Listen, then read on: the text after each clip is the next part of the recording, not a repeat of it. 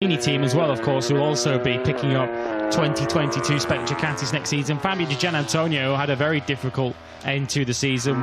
Here he is, sounding some very solemn and very somber notes on social media about how he wasn't particularly enjoying life in the latter stages of this season. Well, he seems to be enjoying it aboard that motorcycle at the moment. Of course, the highlight of his rookie season, without question, that pole position in the mixed conditions with thunderbolts in the air. Fabio Di Gianantonio took pole position at his home Grand Prix at Mugello, which led to a bit of a purple patch in the summer months. He took some strong results, particularly at the Circuit of Barcelona, Catalunya, and then again at the Saxon Ring we saw Fabio Di Gianantonio in and around the top 10, and he's in the top 10 at the moment. 9th place for him at the moment on a 1:30.639. His teammate, new teammate of course for this year, Alex Marquez, he also improved a couple of moments ago. He's moved up into 11th place on a 1:30.712. He's done 66 laps today. It was always going to be a big ask for Fabio Di Gianantonio to move into Motogp, a rookie rider. Arguably, when the level of rider competition and talent in Motogp has never been better in our entire history. He came into well, it is a new team, and of course the Gresini team did have vast experience, but they did move back to independent status. They weren't under the umbrella of the factory Aprilia team, and of course he had an inexperienced backroom team role, and I think all that combined just made it a very, very difficult first season as Marco Bezzecchi. Well, there's nothing wrong with the front brake pressure, is there, on that GP22? That was very Jack Miller-esque, wasn't it? Taking a leaf straight out of Miller's, but with a brilliant stoppie. And right on cue, we saw that on screens, didn't he, back in the garage, and him and his crew.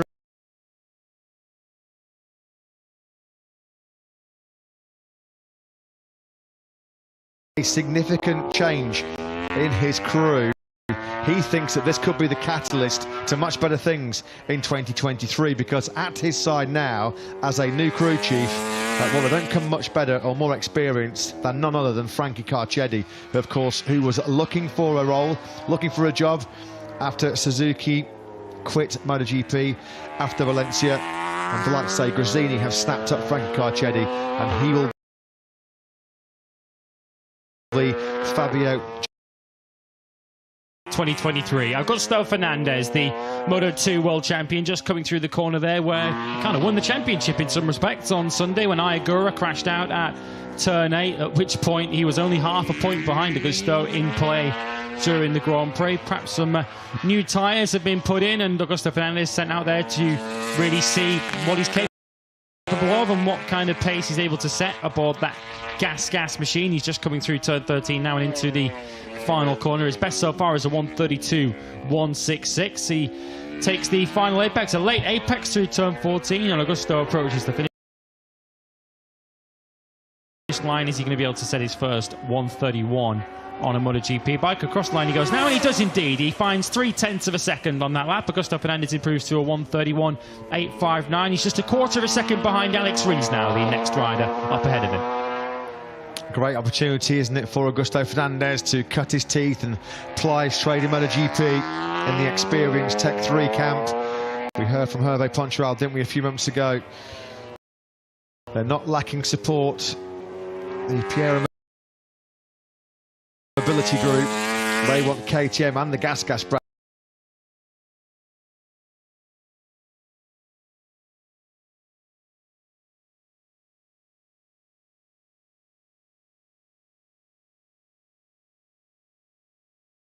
And we'll certainly be hoping that history doesn't repeat itself after poor Remy Gardner, who just here 12 months ago was crowned Moto2 world champion, and Ralph Fernandez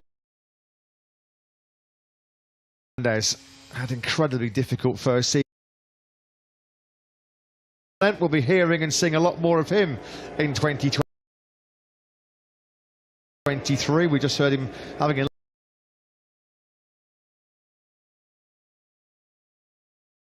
should wish the best of luck to Remy Gardner as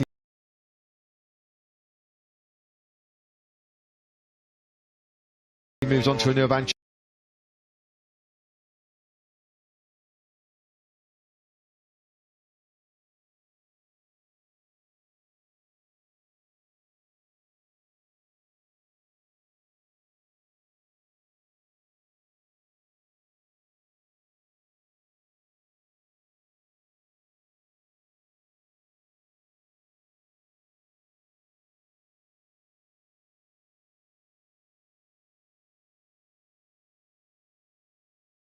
Ralph Fernandez, such a high level.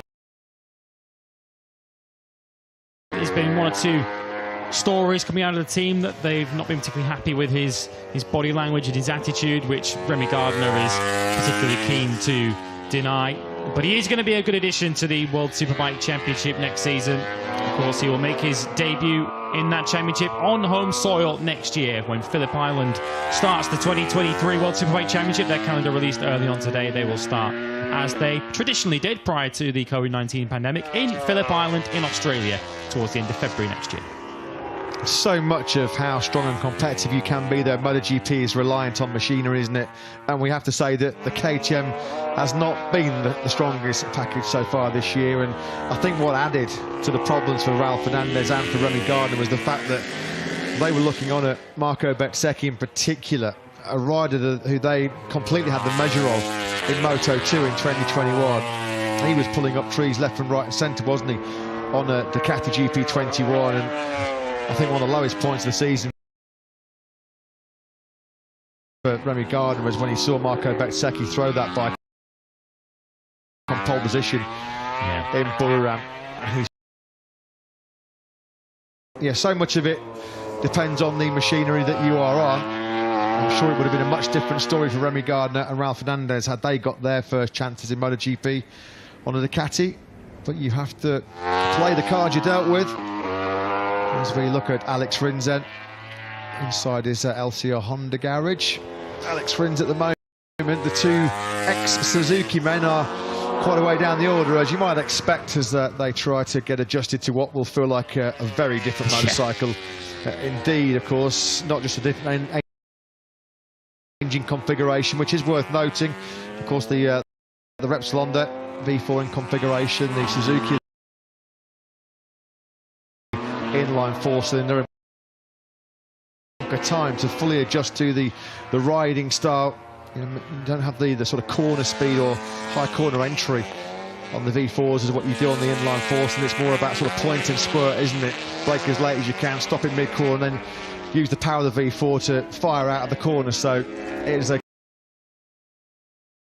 completely different proposition for Rins and Mir, and they have jumped off probably, if not the sweetest handling motorcycle in MotoGP on that now museum relic GSX-RR. I can't believe I'm saying that, having won 2 of the last 3 Grand Prix. We're not going to see a factory Suzuki on the grid next season, but at the moment, Mir 20th and Rins in 20th. Part of his MotoGP career.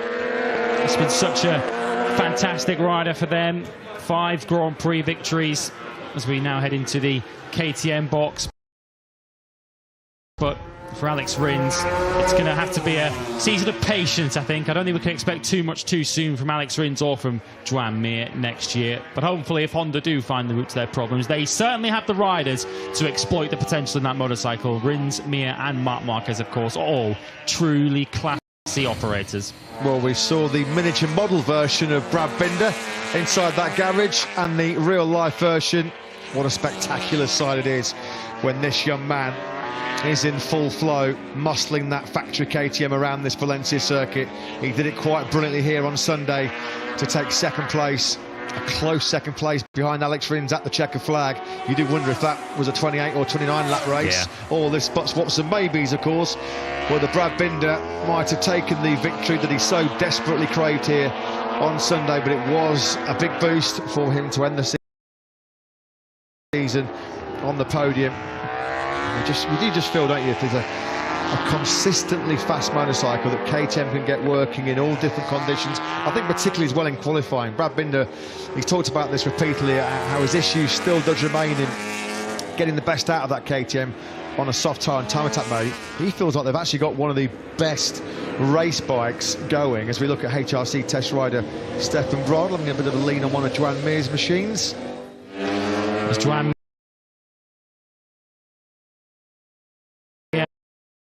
ended with some arm pump problems, he plummeted down the field in the Malaysian Grand Prix, penultimate race of the season with arm pumps, something that I don't think he said he'd experienced at any stage prior to that in his MotoGP career. So a brand new problem for Joan Mir, but he is really going into the lion's den, isn't he? You don't feel like Joan Mir is the kind of rider who's going to be fazed by that. Of course, a MotoGP world champion in his own right, but it is one of the poison chalices, so we say, of MotoGP, moving into the team occupied by arguably the most talented rider and certainly the best rider in MotoGP over the last 15 or so years. Many feel he's the best we've ever seen, the most talented we've ever seen in MotoGP, Marc Marquez. And of course they are going to have to work together to try and drag that Repsol Honda towards the front of the grid. But from Joan Mir's point of view, he's just going to have to be patient, much like Rins, just try and be in it for the long haul. Of course, he signed a long-term contract with Repsol Honda, so they're going to give him time. But we've seen many classy riders move into that championship, move into that paddock, should I say, and not necessarily succeed. Jorge Lorenzo's career ended at Repsol Honda. Of course, Danny Pedrosa, who we saw on screen a few moments ago, of course, he retired as a regular MotoGP race rider with the Repsol Honda team. Pol Espargaro looked a broken man at times through the end of this season. So Joan Mir, it's going to be a test of his mental strength as much as anything joining Repsol Honda. And of course, if they can improve the motorcycle, we know that Joan Mir is more than good enough to capitalise on it. He's on a personal best at the moment, half a second down at the halfway stage of this lap. His current personal best is a 1:31.560, which has him 1.5 seconds down on our pace setter Luca Marini.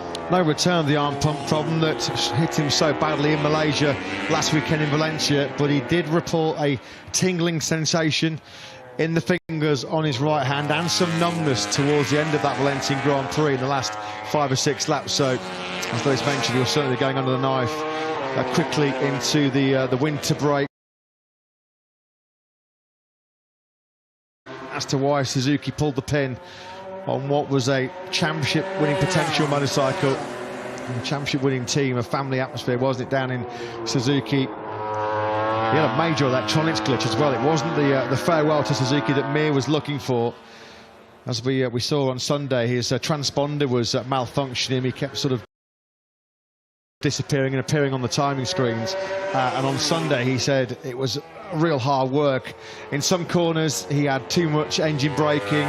In some corners, no traction control, which is not what you want to have on one of these 300 horsepower MotoGP bikes.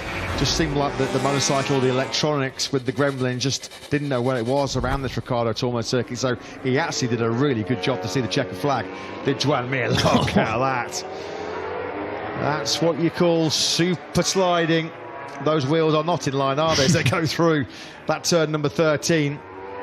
So Mir certainly quickly learned how to power slide that Honda through turn number 13 as Takeo Yokoyama looks on. He'll certainly be hanging on every word of Joan Mir and Alex Rins, fresh off the Suzukis. Certainly hanging on every word of Marc Marquez as he runs through those 2 Concept 2023 bikes. Another improved lap coming in for Joan Mir. The smoke off the rear tyre once again as he slides through turn 13.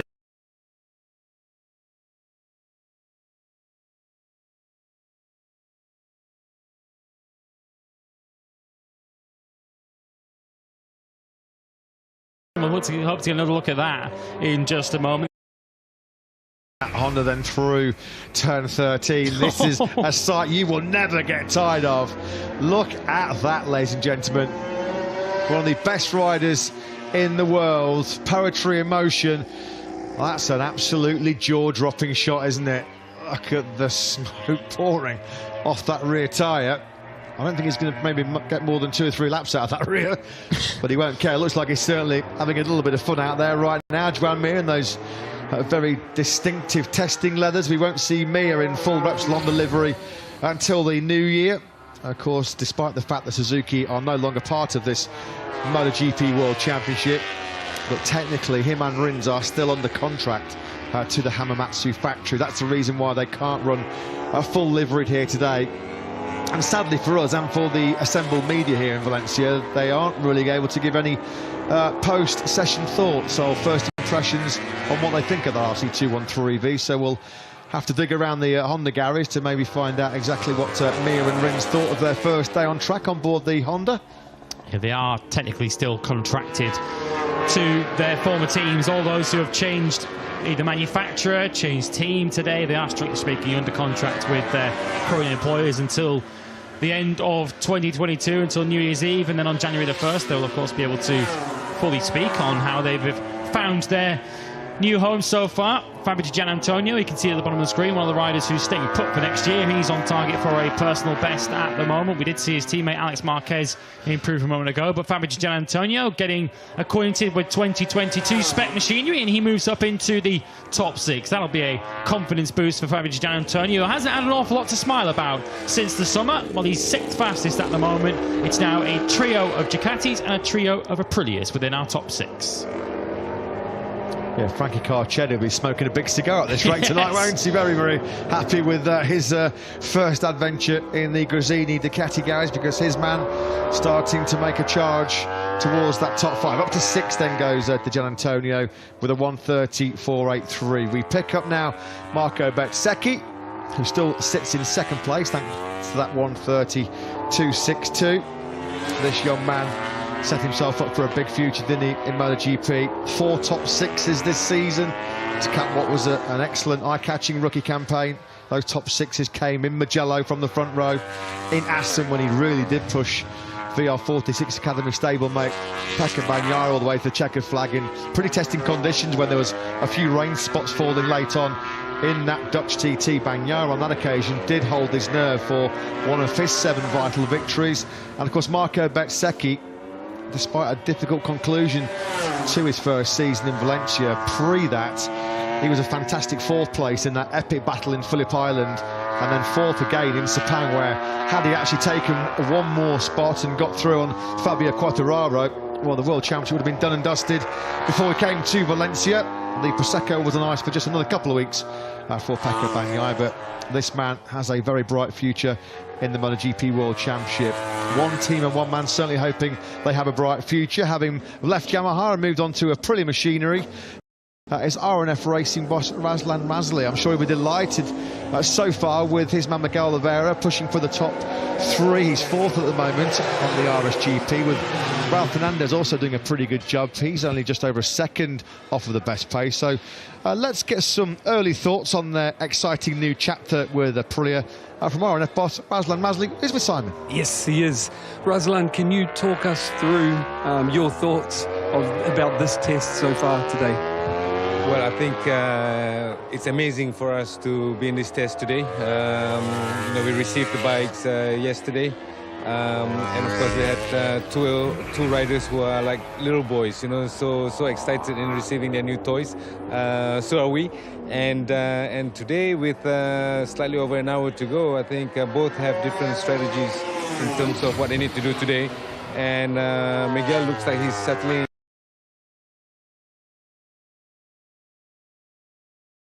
on the bike very well, while Raul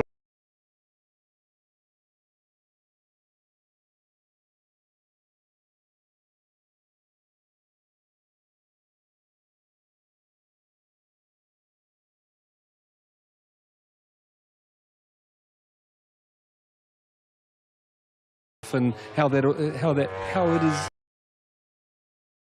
work of art, okay, and it's louder than the inline, but settling in, we had a full support from Aprilia factory. We planned always in our box to look around and oversee if everything was okay. The feedback from the riders from the first time they get on the bike was important. The smile on their faces, the relationship so far with Aprilia is just fantastic. I couldn't ask for more, So it's a really strong chemistry between us and the factory. During the year, will you get updates? I'm wondering on can you tell us what spec you're going to start the season with, and what will happen from there? We will start with the same spec that the factory boys were on last weekend. That's the base. Any updates will be, a priority will be to the factory riders, and then we will get the updates later. So we basically more or less start on the same base, all four bikes. Razlan, you've worked with some exciting riders before, real talent. You found Fabio, in Moto2 and brought him to Motogp. Now you've got another exciting young talent that you wanted to put on your bike, Raul Fernandez. Can you tell us your reasons why, but also your first impressions? Well, yes, this time around the riders' market are different. We are able to really want the riders that we want to be on the bike next year. And of course, I'm a big fan of Raul from the time that he did some magic stuff in Moto2. And I think regardless of what happened last year, it doesn't matter as long as we believe in our rider Raul, we believe in his potential. We cannot just forget how to race since what he did in Moto2. So I think he's a strong potential in next year and coming years. And you know how I feel about Miguel. I really believe he was going to do some special things in 23. His first impression of the on his face, the moment he got off the bike the first time, I think it's more than enough expression to know how he feels about the RSGP. How he would have, gotten on this kind of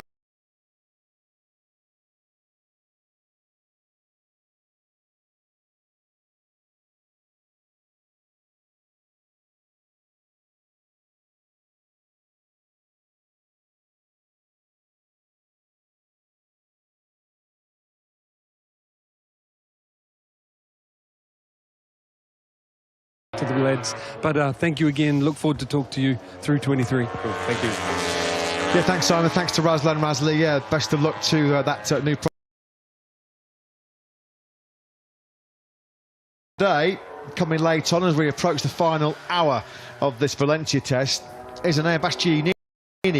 He's gone down at turn number 6. That could have been a nasty one because he got his left leg trapped under the bike there, didn't he, as the bike and him slid across into the gravel trap. But thankfully you can see he walks away or trudges away through the gravel trap. So that's the first one out of the way. A first factory Ducati crash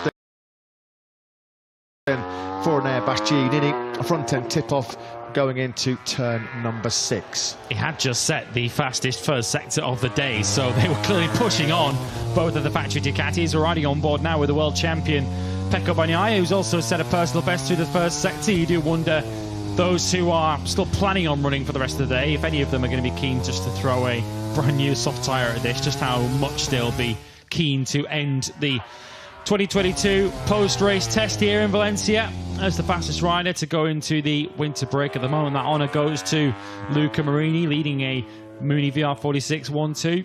But you wait and see just if anyone in the final 1 hour of running that we have to come here has the urge, has the temptation just to go for one last time attack, one last salvo to bring the curtain down on 2022. You know somebody has. Somebody said to Mitchell in their crew chief at the start of the day, I'll have one of those soft tyres, please, for the last 10 minutes. You've got to be careful, though, because the temperature can drop. Let's go down for it to see some thoughts from Simon Crayfart. Yeah, temperature's not too bad. I'm surprised it's not dropping quicker myself, Matt. But I've done a heap of days here over the last years, and like track days, and got to this time of the day, the sun strike is really bad at the end of the back straight and the last turn. When you're entering those two corners, the sun strike is so bad that you can't pick your brake marker the same. So I'll be surprised if from now on that the guys can go faster. If they do, they're doing it with one eye closed. Yeah, that's a really good point, Simon. A phase of this Valencia test in these conditions that the photographers absolutely love. With the sun setting off in the background, you get those jaw-dropping backlit shots. But as you mentioned, yeah, the riders do have to be careful, particularly when they're coming towards that fast turn 13. Great spot for the snappers, and we love watching those shots. But yeah, for the riders, this particular point here, you can just see off in the distance the sun starting to set off in the background as Nea Bastianini comes back to the factory Ducati garage to explain what happened into turn number 6. As Lewis mentioned, he was pushing on that lap. He'd set that fastest first sector of the day, and that was all that happened for him on that lap. It was his 55th lap of this Valencia test for the new Ducati Lenovo team rider. And this is Pecco Bagnaia's 58th as he leaves the final corner. A laugh shared already with Davide Tardozzi. You can see how mouth-paced and Bastianini is with that. He's already sharing a laugh with that crash that he's just sustained as that first pair of pristine factory Ducati leathers gets scuffed up through the gravel trap. Yeah, got the first one out of the way on day one. And now Bastianini then having a little chuckle, as we just saw there with Davide Tardozzi. If he does that on a frequent basis next year, I don't think Davide Tardozzi will still find it quite so humorous, but yeah, it's all pretty relaxed. Ducati, they know Enea Bastianini very, very well, don't they? He's been with them already for 2 years now, as we're on board with the world champion. Following his former teammate. Yes, Jack Miller. Of course, another rider, unfortunately, barred from his contractual obligations to Ducati. Here, the thoughts of Thriller Miller. I believe he once again is heading back home to Australia with his new wife, Ruby. And he's taking part again, isn't he, in the final round of the Australian Superbike Championship. Is Joe Colso doing that as well? I'm sure I've read somewhere where there's going to be a bit of a Grand Prix feel to the final round of the ASBK series, because I'm sure that Miller's doing it again. And I think that Joel Kelso even might be down to do it too, so keep an eye on that with Aussie fans. In fact, what we'll do is we'll have a little quick search on the old Google, shall we, and see if we can find out if there's been some updates about what Miller's plans are post-season. But he certainly did it last year as Bagnaia sweeps into pit lane, and over the line Jack Miller comes. That was number 51 completed for Thriller Miller. Can confirm, Joel Kelso has been confirmed. He will be wildcarding the final round of the Australian Superbike Championship. That takes place at The Bend. Awesome. So Joel Kelso heading back home to Oz. And he'll be treating the Australian fans then to a good show down in the final Aussie Superbike race. And I do believe that Miller is definitely doing the same thing. Well, I did ask Jack Miller at the start of the Grand Prix weekend back on Thursday if he planned on checking out the final round of the World Superbike Championship, which is, of course, taking place in that neck of the woods at Phillip Island, of course, where we were last month. He said he will obviously be going back to Australia, but he won't unfortunately be going to Phillip Island to potentially watch Alvaro Bautista lift the World Superbike Championship, because he's been invited to a wedding. Of course, he's already had his own last month. He's going to be attending another one later on in November, which means he unfortunately will not be in attendance at Phillip Island to watch the final round of the World Superbike Championship, partly because he'd get mobbed, I think, if he turned up at Phillip Island again. When did Jack tie the knot? Straight after Buriram, wasn't it? In that gap between Thailand and his home Grand Prix in Australia. And I'm sure his new wife, Ruby, is expecting something more than a honeymoon at the Australian Grand Prix for Jack Miller. A weekend that Jack Miller will never forget, of course. It didn't end how he wanted it to, with the big smack from behind by Alex Marquez at a corner which just 24 hours earlier had been named after the Australian. That was a wedding gift from the Australian Grand Prix organisation.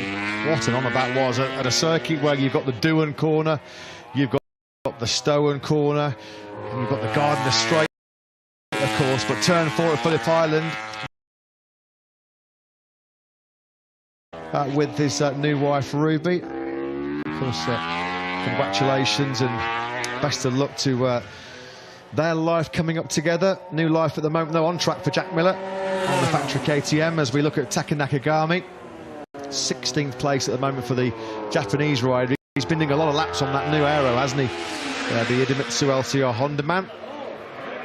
Some notes being taken down in the garage. I think that's the mechanics taking the mickey out of that. That gentleman was Hoy Lorenzo's former assistant as the beast crashed. Ducati comes back on the back of a pickup truck. Not the way he wanted to be returning that bike to the Ducati garage, but still all smiles at the moment for the beast. I don't think he's going to be too perturbed. It's a shame that he didn't carry that lap on through, though, isn't it? Because we're potentially looking at the best time of the day so far, which is still very much in the hands of the man on the opposite side of this pit box, Luca Marini, just a fraction under a quarter of a second clear of Marco Bezzecchi. He was a few fist bumps before heading back out on track. Yeah, Marco Bezzecchi going to give us some late entertainment as we head into the final hour of running. Didn't look, just from the quick glimpse we got of it, certainly on the front tyre of that Mini BIAR 46 Ducati, that looked as if it had put some laps in already. Can't quite see there the rear tyre. That perhaps also looked as if it had some laps put on it. Alex Marquez is still firmly in his leathers and debriefing inside the Grassini Ducati box. So we'll wait and see whether Alex Marquez goes out for a late salvo as well. He's one place behind his brother Mark at the moment in 13th position. 73 laps, rather fittingly, have been completed today by the number 73. He's going to get his ear chewed off on the drive back home tonight, isn't he? From Mark. OK, come on, spill the beans then. How good is that Ducati? The bike that has just won the MotoGP World title in the hands of Pecco Bagnaia. We've seen a lot of this, haven't we, from the Ducatis and Aprilias in particular. And the Hondas too, as Marco Bezzecchi has another practice start launch. Well, starts and launches off the line, they're going to be absolutely crucial, aren't they, in the sprint races next year? Because if you botch it, or if you fluff it off the line, you're going to be in big trouble, because with only half the normal race distance to recover places, qualifying for the sprint race, and particularly the starts and how quickly you can find the grip and get those tyres up to temperature, that's going to be key ingredients for success in those sprint races. Yeah, it is going to be interesting to watch. Qualifying, so important over the course of this season. Of course, we've seen with Fabio Quartararo, he's not been able to quite rediscover his incredible qualifying performance of 2019 and 2020. The Ducati just able to switch on those brand new soft tyres and put a performance in that leaves Quartararo fighting for second rows, third rows. But of course, in the sprint races next season, they will have the same grid. In case you're not quite fully clued up on the format for next season, the sprint race and the Grand Prix itself on the Sunday, they will have the exact same grid lineup. So qualifying even more important than previously in 2023. That qualifying session, that 15-minute Q2 session that the riders will desperately cover to place in, that 15 minutes will decide basically your grid position for 2 races rather than 1 next week.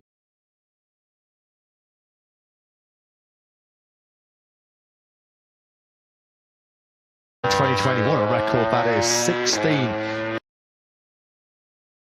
of our 20 poles went the way of the Bologna factory. Not only do they have a superb race motorcycle, but certainly over one lap they've become the dominant force in this MotoGP World Championship. And you've got the power, the top speed of the Dukes, and the acceleration off the corners, and their pretty respective braking stability. Is such a hard motorcycle to overtake, so when you're stuck behind them on the grid and then you don't make a good start, it can be a real headache to try and get your way back through the pack.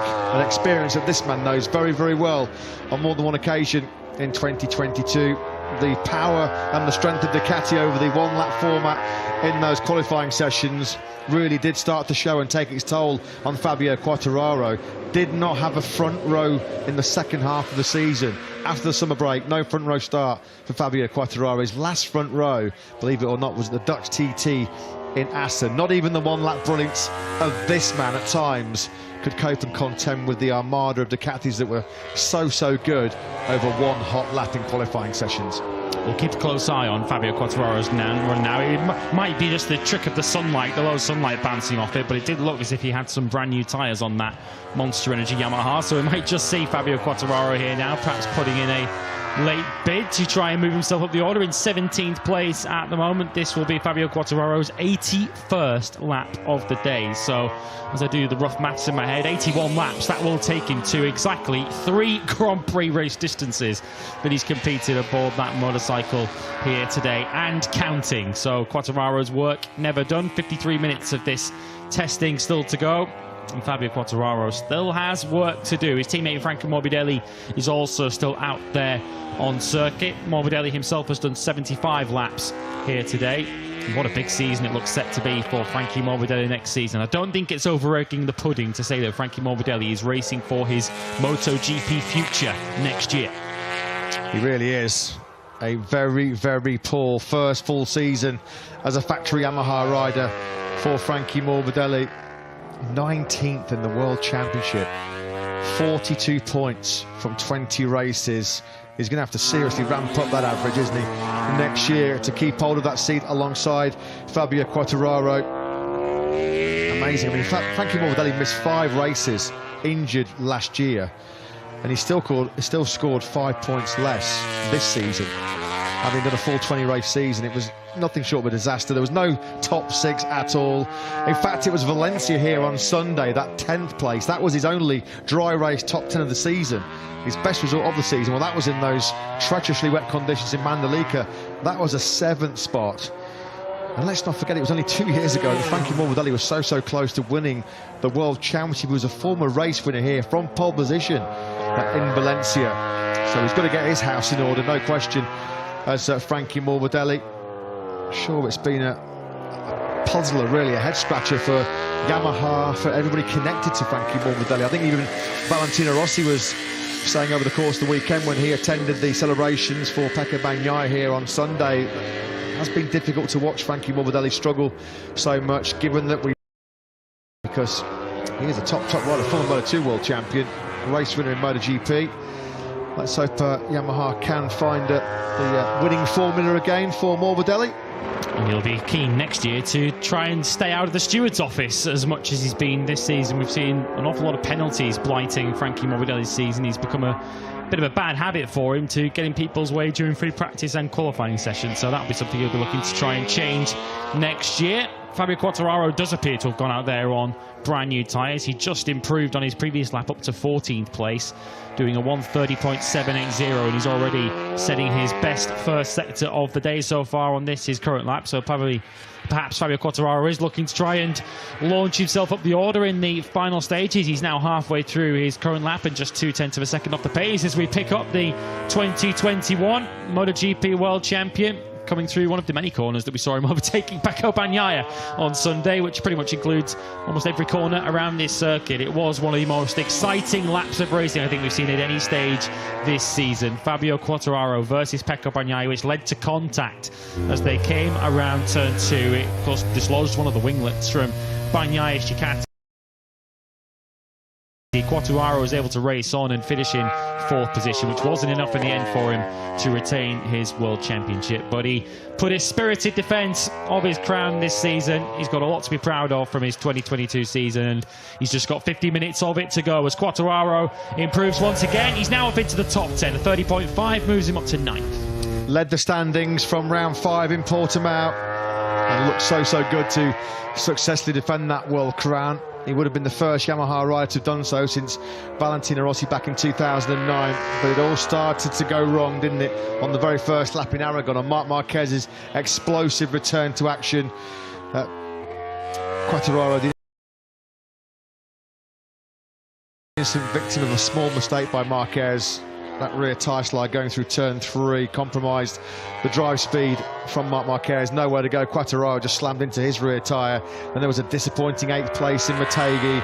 The front tyre pressure problems, which completely wrecked his hopes in that wet tyre Grand Prix. No points there.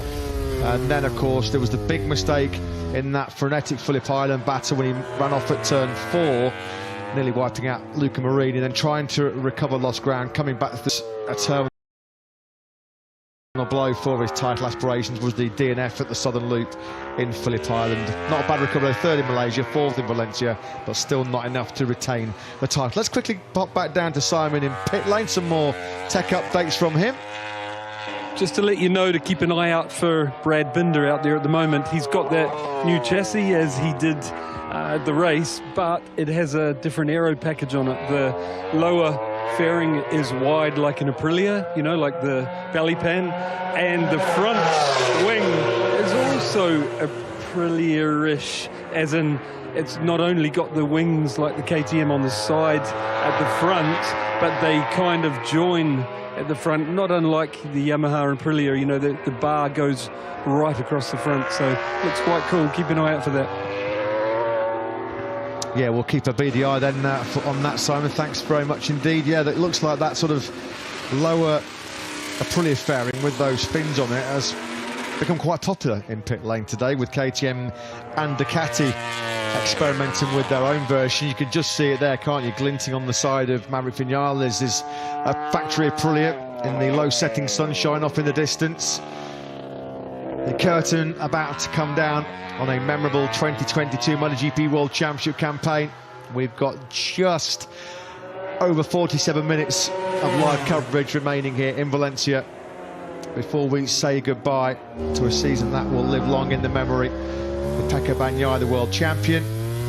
The emergence of Enea Bastianini, third in the standings. Flying the flag again for the factory KTM team. What a finale it was, what a farewell for the factory Suzuki team. Such a crying shame, or more than a crying shame, an absolute travesty that Suzuki are not continuing in the Motogp World Championship next year. Maverick Vinales will be able to rediscover the winning touch on the Aprilia in 2023. All questions that we'll get answers to in about 4 months' time, as Joan Mir sat inside the Repsol Honda garage.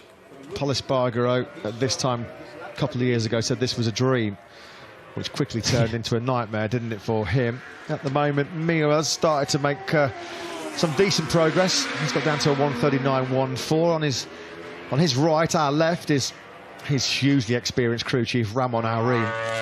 What he doesn't know about Grand Prix motorcycle racing, Aurin, you could write on the back of a postage stamp. Certainly one of the most experienced crew chiefs in the MotoGP World Championship. That's why Honda were very, very keen to keep him paired with Mir, or certainly keep him on that side of the garage. Worked with Andrea Dovizioso, Danny Pedrosa, data engineer way back for Casey Stoner and Nicky Hayden.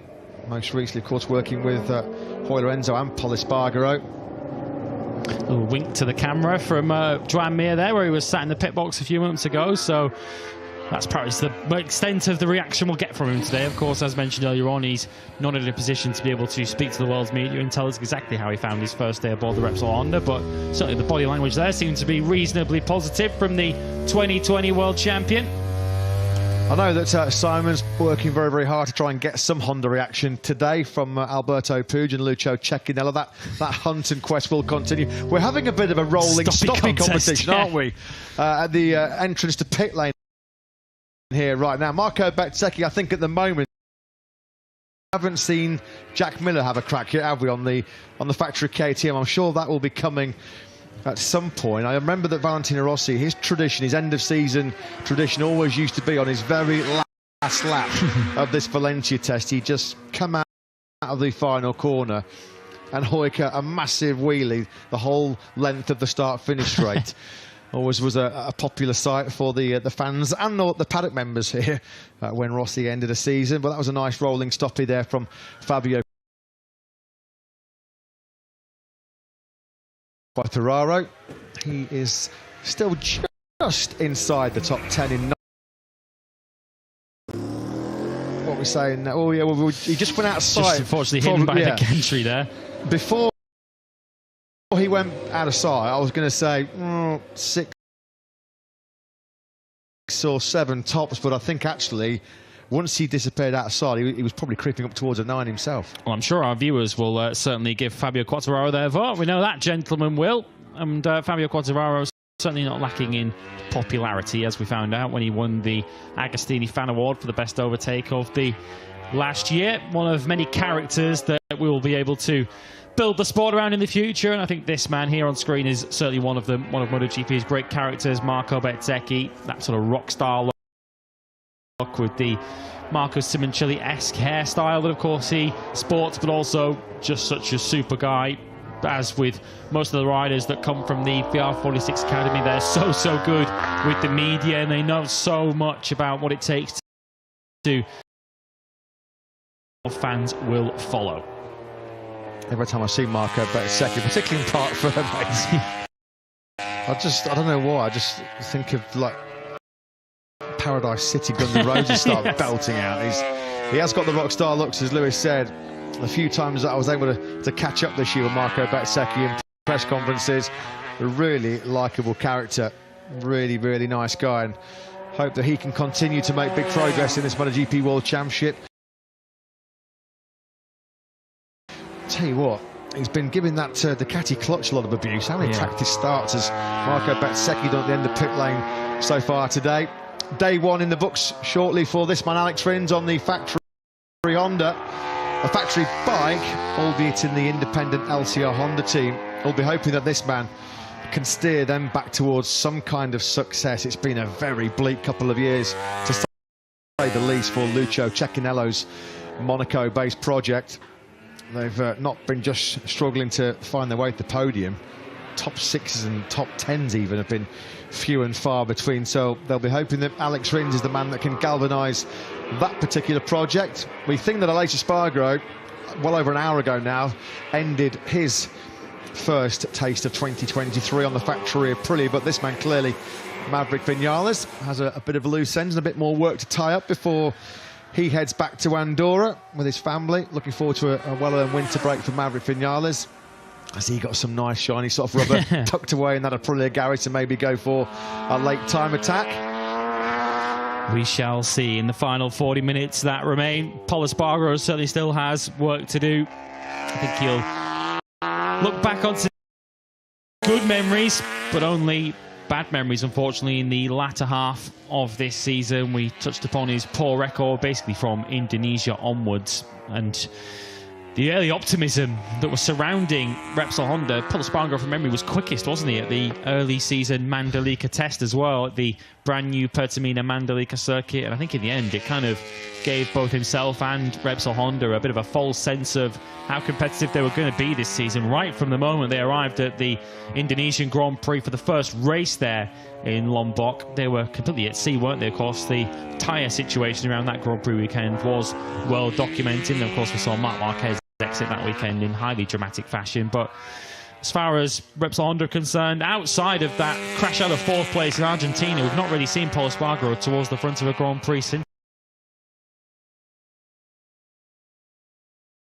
that podium finish in Qatar. But happier times perhaps around the corner for the Spaniard now as he comes through the final corner. How many laps has he completed now? This will be 73 laps completed for Pol Espargaro. His teammate looks like he isn't done either. Augusto Fernandez, who's completed 67, who leads the lap charts at the moment. It is still Fabio Quartararo, who's now returned to the Monster Energy Yamaha pit box. If he wants to, he's probably got enough time here, Fabio Quartararo, to rack up a century and raise his bat to the fans that are still here at the Ricardo Tormo circuit. Fabio Quartararo at the moment with 86 laps on the board. Marco Bezzecchi and Maverick Vinales and Ralph Fernandez have all put 78 laps on the board.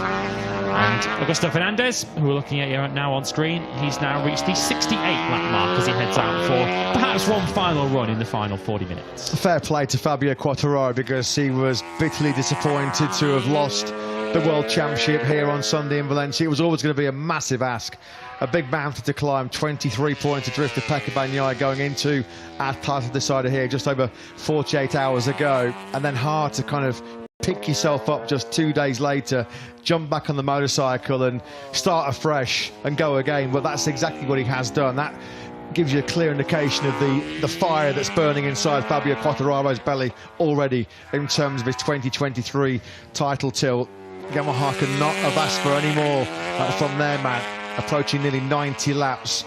That's a heck of an effort from Fabio Quartararo, because I think he admitted on Sunday night he did find it very, very tough, particularly in the first hour. I think at one point actually was sat inside the Monster Energy Yamaha garage watching all the celebrations unfold with Pecco Bagnaia and Ducati here at the Ricardo Tormo circuit. He just couldn't watch it. He had to turn the monitors off inside that Yamaha garage. You can understand, because he put his heart and soul into trying to defend that title.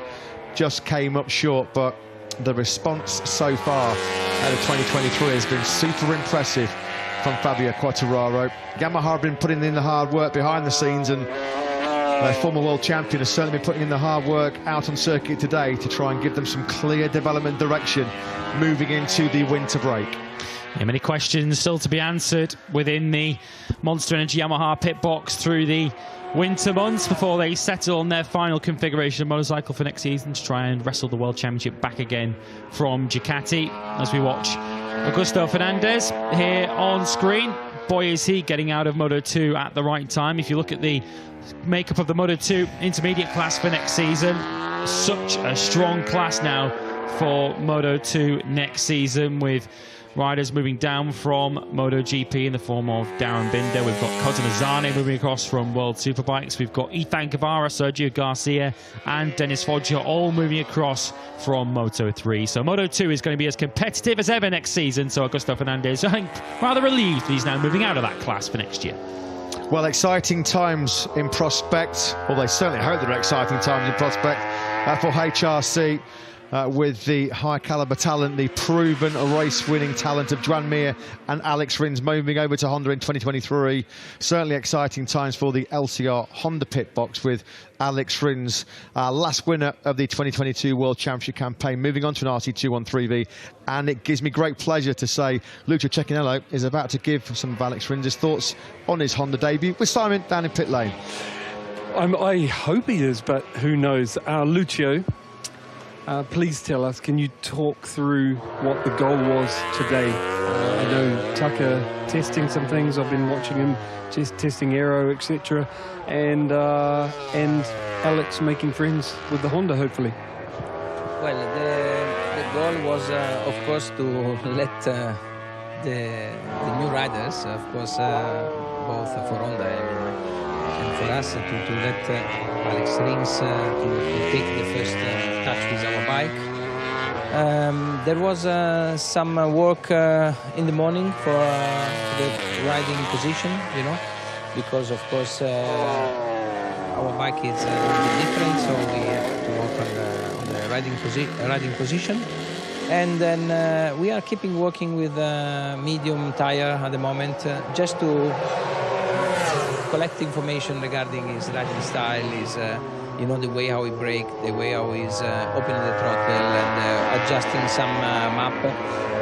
Basically, he's an experienced rider, and we noticed that he liked to have a little bit less electronic. He has, you know, more. He liked to have the bike more on his end, you know, and yeah, this is something very interesting for us. So we will continue working on this direction without, honestly, focusing too much on the lap time, because we definitely wanted to finish this test with as many information as possible without going to make any mistake. Everything can happen still, but hopefully we want to finish this test with valuable information. It looks from the outside that Alex Rins is using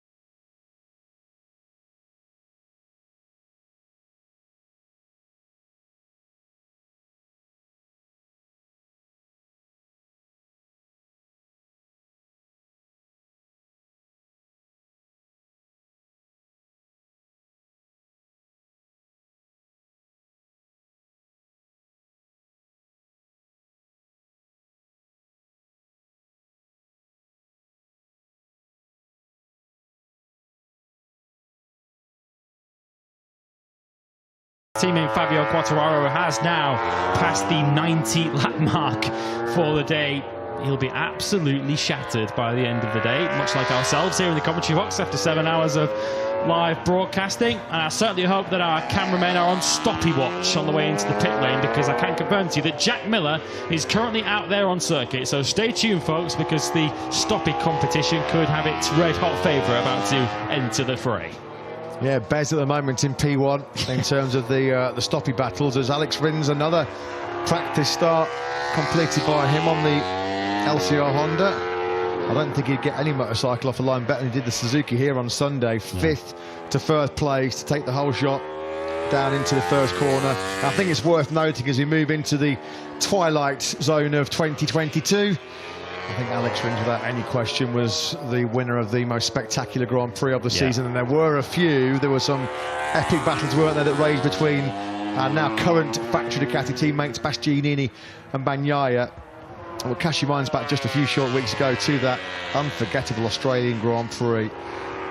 The podium between Alex Rins, Marc Marquez and Pecco Bagnaia was the third closest in Premier Class history. Only Phillip Island in 1999, Estoril in 2006 were closer. It was the second closest top 10 in Premier Class history. Just shows what an amazing racetrack Phillip Island is. A classic old circuit, not designed modern day on computers. It's fast, it's flowing, not a load of hard braking zones. It's where the talent of the rider really does come to the fore. And that's a 2022 Phillip Island Grand Prix, for me, a clear winner of race of the season in MotoGP. I'd certainly go along with that. A race that I certainly will never get tired of watching. I think we watched it a further 3 times that evening in the bar at our hotel in Cowes near Phillip Island. Other races that stand out to me this season, I've got to say the British Grand Prix at Silverstone, as Fabio Quartararo throws his hat into the ring with another stoppie. I'm not sure that was quite as spectacular as the one he did previously, but the British Grand Prix at Silverstone, in which Fabio Quartararo had to serve that long lap penalty. 3 or 4 different leaders in that Grand Prix. Of course, we saw Alex Rins himself lead that race early on. Jack Miller had a brief spell in the lead, and in the end it boiled down to a battle between Pecco Bagnaia and Maverick Viñales. Viñales making those errors on the final lap of the Grand Prix, which ultimately cost him dearly and forced him to settle for second place. Some fantastic atmospheres that we've seen this year. Last weekend, of course, in Valencia, the title decider in front of a packed house here in Valencia. But I have to say, one of my abiding memories of the season was the build-up to this man's home race at the French Grand Prix at Le Mans. A sellout crowd at Le Mans who were desperate to see Fabio Quartararo taste victory at home. It didn't pan out that way for him in the end. He finished that Grand Prix in the end in 4th position. But the rendition of La Marseillaise on the grid before the French Grand Prix, I think, will stay with me for a long time, as over 100,000 French fans threw their support behind Fabio Quartararo. I have to say, that will certainly stick with me through the remainder of this season. And that, of course, was one of the battles that you spoke about between Bastianini and Bagnaia. It was one of those that, of course, went in favour of the Beast earlier on in the season, when he took what was at that point his 3rd win of the year. They do say, don't they, time flies when you're having fun. It seems like this 2022 season has gone by in a flash after it was lights out in the Losail International Circuit in Qatar. Now that we know that this was going to be a very important one-day test here for Honda, 2 new RC213Vs at the disposal of Marc Marquez as Honda try and get back to title contenders in 2023. I wonder how they've got on. Well, we can find out, because Repsol team manager Alberto Putin, I'd like to say, is with Simon right now in pit lane. He is.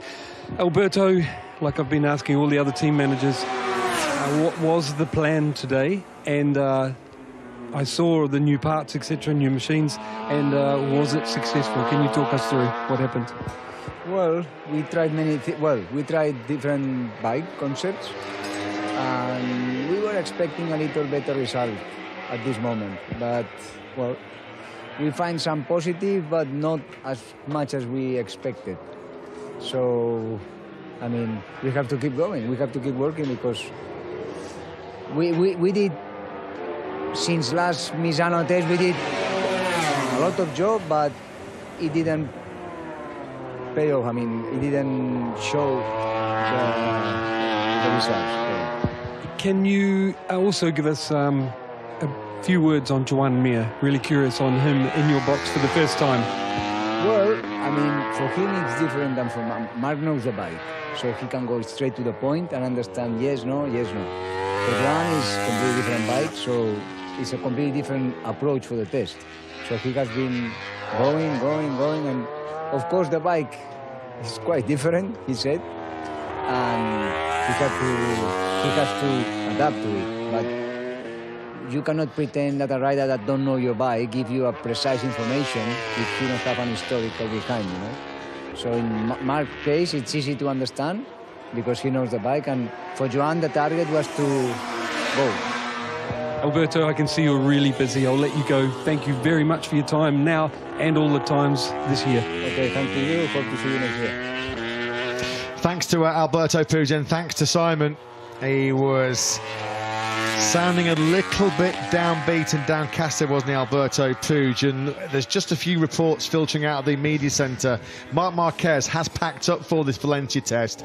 He has already spoken to the media, and it's not good news if you're a Honda or a fan of the 93. Apparently Marquez, and I quote, obviously myself and Lewis were in attendance, but our journalists are spot on the money as always, with this bike we can't win the championship. The words of a pretty deflated 8-times world champion Marc Marquez, not the way that he wants to be starting preparations for what he hopes will be a launch towards a 9th world championship in 2023. We just heard there, didn't we, the words of Alberto Puig with Simon Crafar. Whatever changes they made since they tested an updated RC213V in Misano haven't really made a jot of difference, which is going to be very, very frustrating as a rider. For Marc Marquez, he's put his faith in Honda. He said, I trust Honda, I believe in Honda.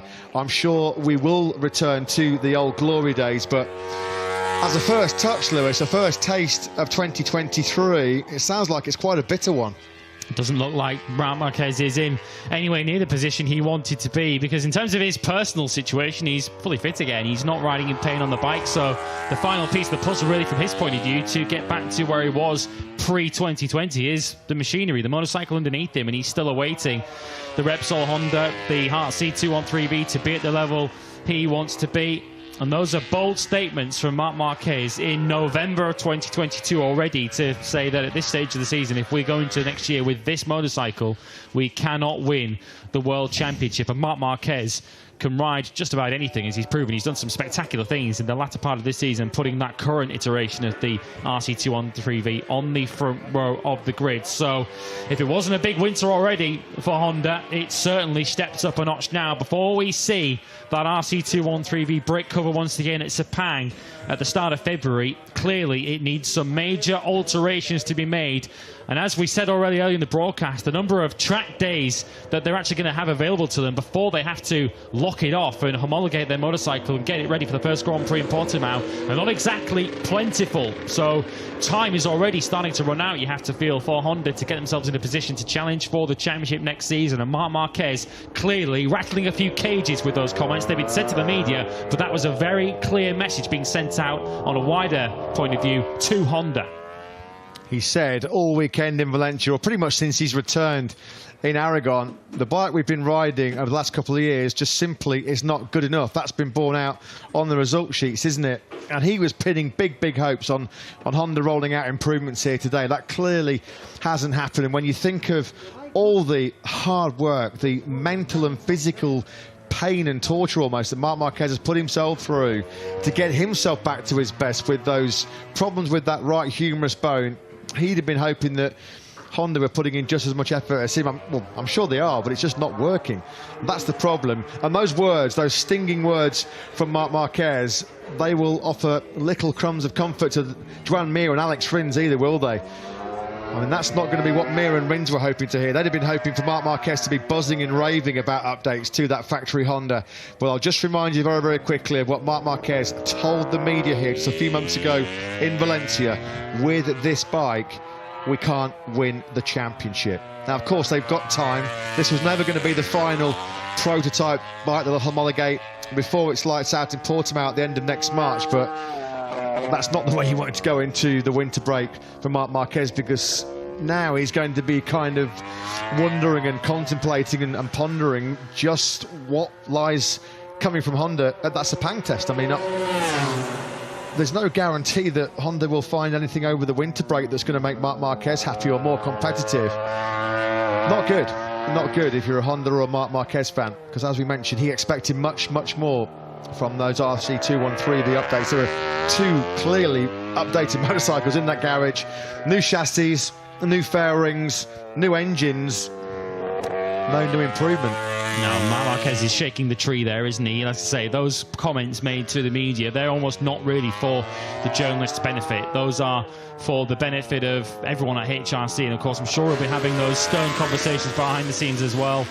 In that Repsol Honda garage, they'll be crunching the numbers and working day and night back in Japan to try and bring the new pieces that Marc Marquez needs to be competitive once again. Running 130.032, his 70th lap of the 76 that he completed still has him at the top of the timing sheets ahead of Maverick Vinales and Marco Bezzecchi. It is still a Aprilia Ducati lockout of the top 6, 3 from either manufacturers. Vinales now crosses the line. He completes his 86th lap of the day. It's another low 130, but as it stands, of course, it keeps him in 2nd place. After that long injury layoff, after that 4th major operation on that humerus bone, immediately after Mugello, where he flew over to see world-renowned specialist at Minnesota in the United States, since he returned in Aragon, there's been telling comments from Marc Marquez where he's repeatedly said, the speed is still there. I feel like I'm coming back to my best.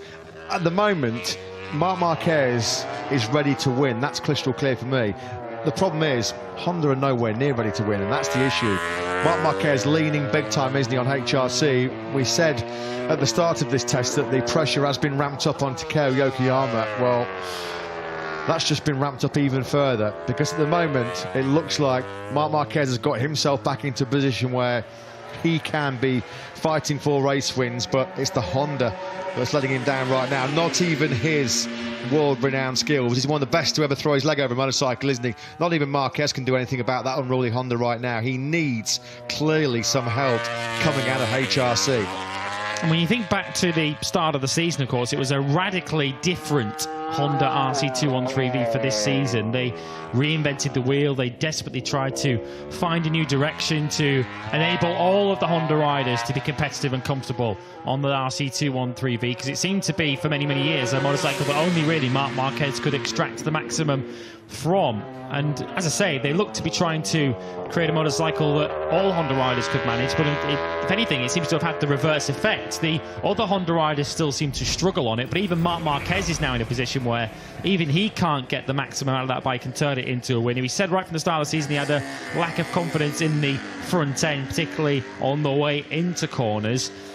And at the moment, it doesn't seem as if they're any closer to getting back to where they were. And with the Valencia Test clearly at an end for Repsol Honda, Marc Marquez called time on his day very early on. Joan Mir has completed 71 laps himself. There are more questions than answers coming out of this post-race test, and it's going to be a long winter, and a winter where Marc Marquez is going to be just sitting there waiting with bated breath for the Sepang test at the start of February and just wondering what they brought for him, because it's going to essentially, by the sounds of it, dictate the entire fate of his 2023 World Championship. Marc Marquez, as you say, feels he's in a position now once again physically on the bike where he can challenge once again next year, but he needs the machinery to do so. Yeah, the numbers don't lie, do they? As it looks like Fabio Quartararo's 2022 MotoGP campaign has come to its conclusion. It was a very busy start to 2023 for our ex-world champion. 92 laps he completed. The numbers don't lie, do they, for Honda? There was one manufacturer this season that didn't win a single Grand Prix. That was Honda. Bottom of the Constructor Championship, 6th place for a factory with the reputation of HRC. Simply not good enough. Marc Marquez said again over the course of the weekend, we are Honda. We are the Repsol Honda team. That means you have to fight for the title. Anything less is a complete and utter failure. It's going to be fascinating when we resume winter testing over at the Sepang International Circuit in Malaysia in February to keep a close eye on the HRC quartet. Very well, we can't draw any conclusions or accurate conclusions on what's going on right now with Joan Mir and Alex Rins, because this is day one for them and what's going to be a pretty long journey to get comfortable on that factory Honda. But The comments from Marc Marquez, who's ridden a Honda since 2013. He's never ridden anything else in the MotoGP World Championship. They've had some great moments together, but potentially a strained relationship right now. Yeah, from Marc Marquez's point of view, those comments come out very, very rarely, of course. He's been part of that Repsol Honda team through his entire MotoGP career, so he won't have used those comments lightly. They're a very close-knit team. This will be, next year, 10 years since Marc Marquez entered the MotoGP class, of course, as an incredible rookie, taking the title as a rookie in 2013. They've achieved so much together. They've won together, they lost together. And, of course, Repsol Honda, of course, waited for Marc Marquez through all of those surgeries. Marc Marquez, of course, has shown so many times in the past what he's capable of and what he's able to do when he is fully fit. He's had such a rough time of it over the last 3 years with the numerous surgeries to that humerus bone, 4 surgeries in the end. Of course, he had the diplopia issues at the end of last season, which returned when he had that enormous high side, that scary crash on the morning of the Indonesian Grand Prix, which caused him to miss that race in the end. And Marc Marquez has gone through all of those tough times to try and return to the front again. He's never lost faith that he has the potential to challenge at the front again. But he can't do it all on his own. He needs to do that with a competitive motorcycle. So we will wait now to see what happens over the winter break and to see what Honda bring to the Sepang Test. Nothing is lost in November of the previous season. It is not lost for Repsol Honda yet, but they are certainly playing catch-up as we head into the winter months. Using every single second of the 8 hours of available track time here today are the likes of Maverick Vinales, Frankie Morbidelli, Taka Nakagami, Augusto Fernandez, the rookie, Alex Rins, we're looking at on screens right now, Jack Miller and Pol Espargaro. They are the only riders at the moment still circulating around this Ricardo Tormo circuit in Valencia as the sun sets in the background. The sun 30 minutes away from setting on this 2022 MotoGP World Championship campaign. And is there going to be any change at the top of the leaderboard, or will it be Luca Marini that will head off onto his winter holidays, the happiest on the Mooney VR46 Ducati? Aprilia's Aleix Espargaro, well, he packed up a good couple of hours ago now, didn't he, Aleix? He was up inside the top 2 in the early part, and Aprilia 1-2 on this first throws of 2023. He's still up there in 5th place right now, Aleix Espargaro, but that is it. They'll pack those bikes up back to Nuwali. A motorcycle which all the way up to our penultimate round in Malaysia was on course for an unlikely World Championship success. It was a great story, wasn't it, for Aprilia in 2022. Those last 5 races, though, were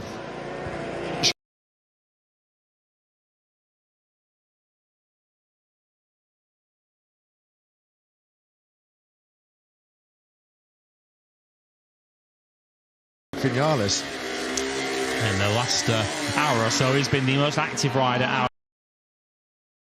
Continue. Augusto's now down to a 1:31.730. He's just under 1.7 seconds down on the fastest man, Luca Marini. Let's head down to the pit lane once again from KTM. Brad Binder has just got out on track for one last run, but let's get the full story on KTM's Valencia Test from Francesco Guidotti. He's with Simon. He is. Francesco, thank you for letting us drag you out of the garage to ask how did the test go. We saw a lot of new parts, aero, etc. Yeah, a lot of new parts, a lot of different kind of work, because we had Brad super experience on this bike, make a comparison between the race bike of Sunday and the hybrid 22-23. And the rookie in KTM, like Jack, and we did a pretty good job with both. Different, of course, different progress, but similar comments. So, yeah, it will be interesting the last exit of Jack with the new Hero. And yeah, pretty good. The day was really useful. Most of these things will be tested again in Jerez, November and December. We have also wind tunnel test in this week and this weekend, so no holiday yet. But yeah, I think it's really useful, and also the new staff had a very good mood and looks like they feel in the right position. So yeah, only one day, busy day, intense, but I think very good day. Francesco, I have to ask, some of the new parts work? Do you get some positive comments from some of them? Yeah, of course, has to be checked again. But the very first touch was almost everything pretty good. I mean, this morning there was something to set up, to adjust because of condition, because of riding style, because also was pretty new, never tested before, also from the testing. So everything was to be set it up. But as I said, it was pretty interesting. Quite a lot of things was positive. So yeah, no bad. Francesco, we're going to let you go. I want to say a big thank you for all the times you talked to us all year, and hope you get some sort of break after that wind tunnel test, and look forward to see you at the first test for 23. My pleasure, really my pleasure. Thanks, Simon. Thanks to Francesco Guidotti. It looks like it's going to be a successful conclusion then for KTM to 2022 and a successful start to 2023. Lots of data collected on some new parts that are filtered out of Motogp. There's Taka Nakagami then, one of 4 Honda riders who are now putting all their faith and hope and confidence in the Honda engineers. Marc Marquez has just also spoken to our Spanish colleagues at DAZN, and a pretty frank assessment saying he finished early, got through the testing program, no significant improvements. I've told Honda exactly what I want. Hard to smile, he says, Lewis, when what you've asked for doesn't turn up. Yeah, he says they need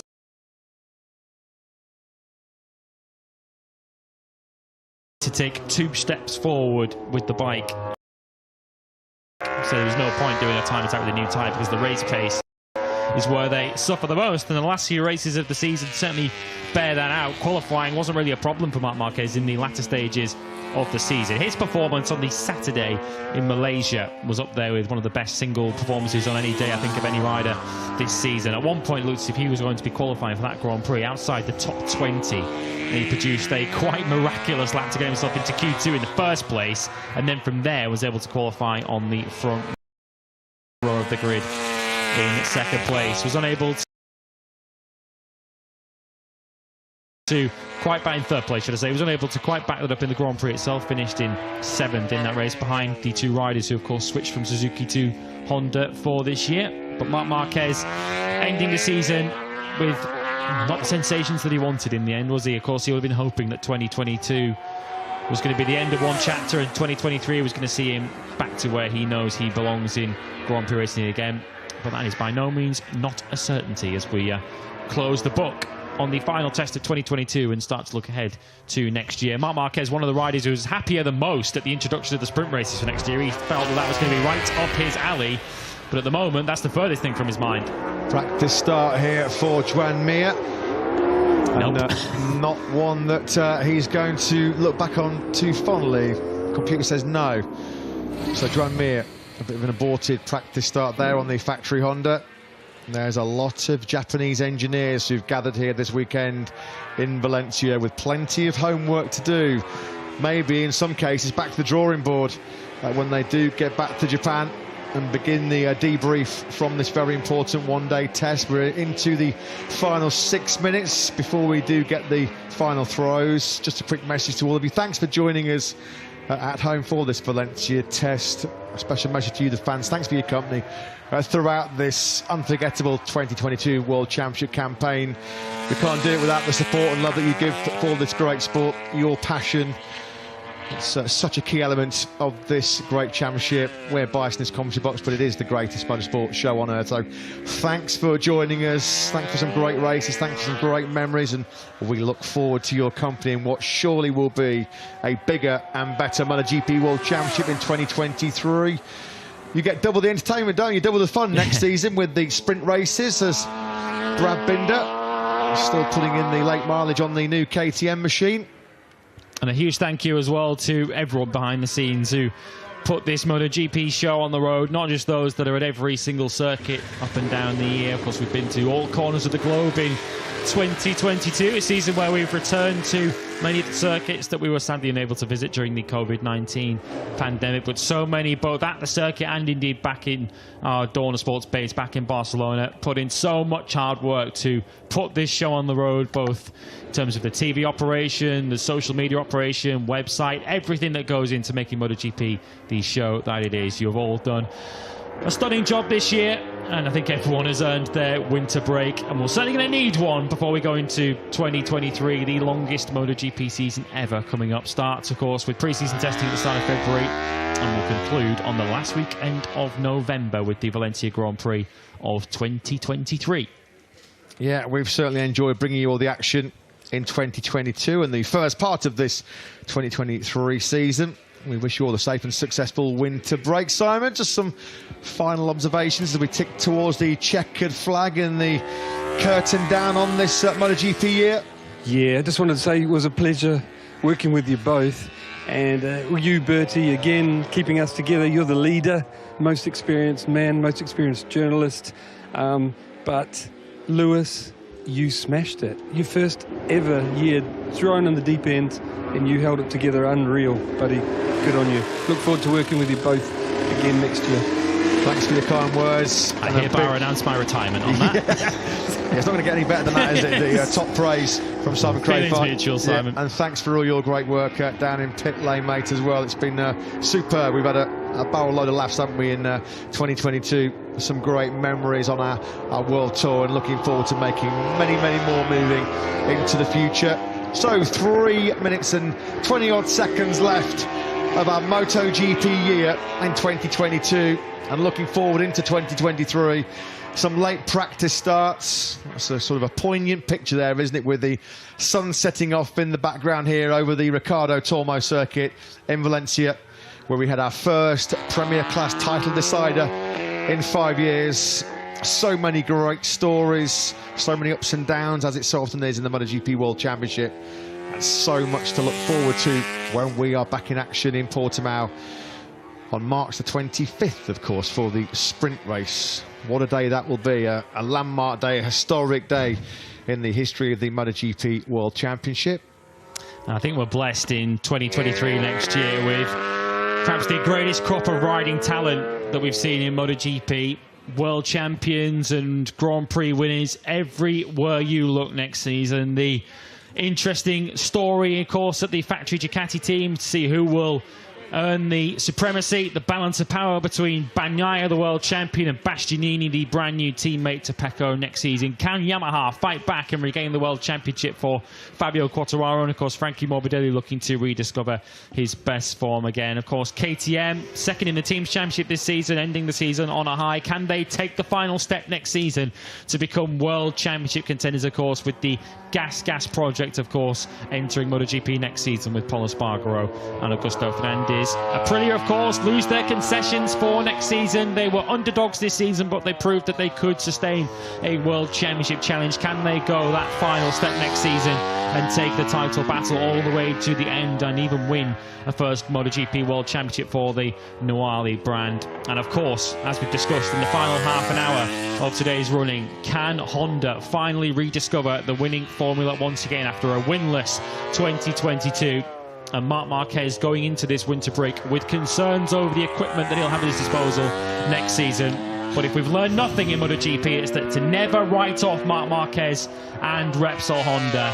And with 5 strong manufacturers heading into MotoGP next season, we're all set for another thrilling 2023 season. Well, he was our last winner of 2022, and he'll be one of our last men out on circuit here in Valencia. It's Alex Rins. Paulo Espargaro completing another practice start on the factory KTM. But we are now into the final minute of our MotoGP action this year. Heading off on a 4-week break. Some happier than others, some with more work to do than others. That's clear from some of the post-test comments of Marc Marquez as we follow Alex Rins then. At this moment, at the end of Sunday's 27-lap race, he was in tears, in floods of tears, as he took a fairy tale farewell win for the factory Suzuki team. It's a new adventure A new dawn beckons for Alex Rins on the LCR Honda next year. Maverick Vinales then will end 2022 and start 2023 second place. It is going to be the first, well, the opening test of 2023 will go the way of Muni VR 46 Ducati rider Luca Marini, thanks to his 1:30.032. Vinales will be second, ahead of Marco Bezzecchi. An excellent first outing on the current spec 2022 Aprilia for Miguel Oliveira. He's fourth. Aleix Espargaro was fifth. He packed up very, very early. A good late boost for Fabio Di Gianantonio as the clock ticks down then 2-0. And that's a wrap, folks, on MotoGP in this calendar year. We started 2023 here today in Valencia. And we got a great day of action. 8 hours of track action to complete what's been a memorable season. Luca Marini then on that Mini VR 46 Racing Team Ducati will be the top man. Pecco Bagnaia, our reigning world champion, our new world champion, down in 12th place. He was putting in a lot of early development laps on the new, or what they think will be the new GP23 aero package. There was lots of new aero. It was almost an aero-dominated day, wasn't it, in many respects? Threw up and down the pit lane as Alex Rins then comes over the finish line to take our final checkered flag of 2022, our first checkered flag of 2023 in many respects. And it's quite fitting, really, isn't it, that it's Alex Rins, our final Grand Prix winner of this great season, that is the final man of the year to take a checkered flag in MotoGP. As we mentioned, that's a wrap, folks. Next stop, Sepang, as we look ahead to 2023, the next instalment. We all, of course, wish you a very happy holidays before we speak to you again in the new year. Of course, as always, we'll be bringing you full coverage with pre-season testing next season. After the flag, of course, we'll return to bring you up to date with all the key information from the pre-season test next season. But as much as we're all looking forward to a nice winter break, cannot wait for the 2023 MotoGP season. 21 rounds, of course, 42 races. The marathon season in 2023, which will start with a sprint. Good to see a few fans have hung around to capture the last action of the year here in MotoGP. Fascinating stories throughout, of course. Aprilia for the very first time, independent team. Well, the checker flag has ticked down. And they're getting Maverick Vinales here. Yeah, I think there is going to be a practice start following the end of our broadcast. The track will reopen to allow the riders to go out once more for some final practice starts. We did see that in pre-season testing at the beginning of the season. If you did join us for those live after the flag shows, you'll have seen some live practice starts. So some of the riders are still suited and booted and ready to head back on track once again. Marco Bezzecchi is among them.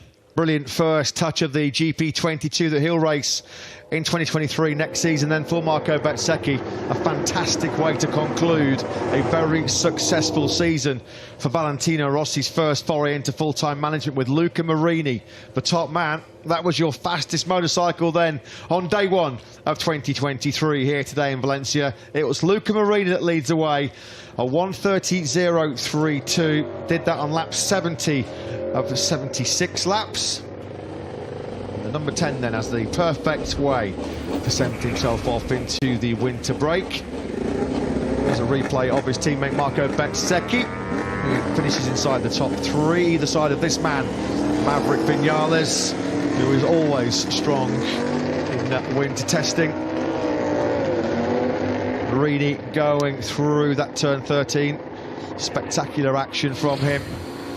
And as the sun sets then on the 2022 MotoGP World Championship, we're going to get the final classification, and it's honours on the first day of 2023 to Luca Marini. Marini fastest on a 1:30.032, a quarter of a second clear of Maverick Vinales. Marco Bezzecchi takes third. Miguel Oliveira on his Aprilia debut for the RNF team in fourth, head of Aleix Espargaro and Fabio Di Gianantonio, a morale-boosting end to the year. For him, Brad Binder in seventh, ahead of Jorge Martin, Fabio Quartararo, and Enea Bastianini, who was the sole rider to crash here today. Johan Zarco 11th, head of world champion Pecco Bagnaia and Marc Marquez unhappy in 13th. Frankie Morbidelli and Alex Marquez were just behind him. Paul Espargaro on his gas debut, 16th, ahead of Jack Miller, Joan Mir, Taka Nakagami, and Alex Rins. Raul Fernandez, 21st for RNF, ahead of Augusto Fernandez, also rookie. And Michele Pirro completes our 23-rider field as the curtain comes down on 2022.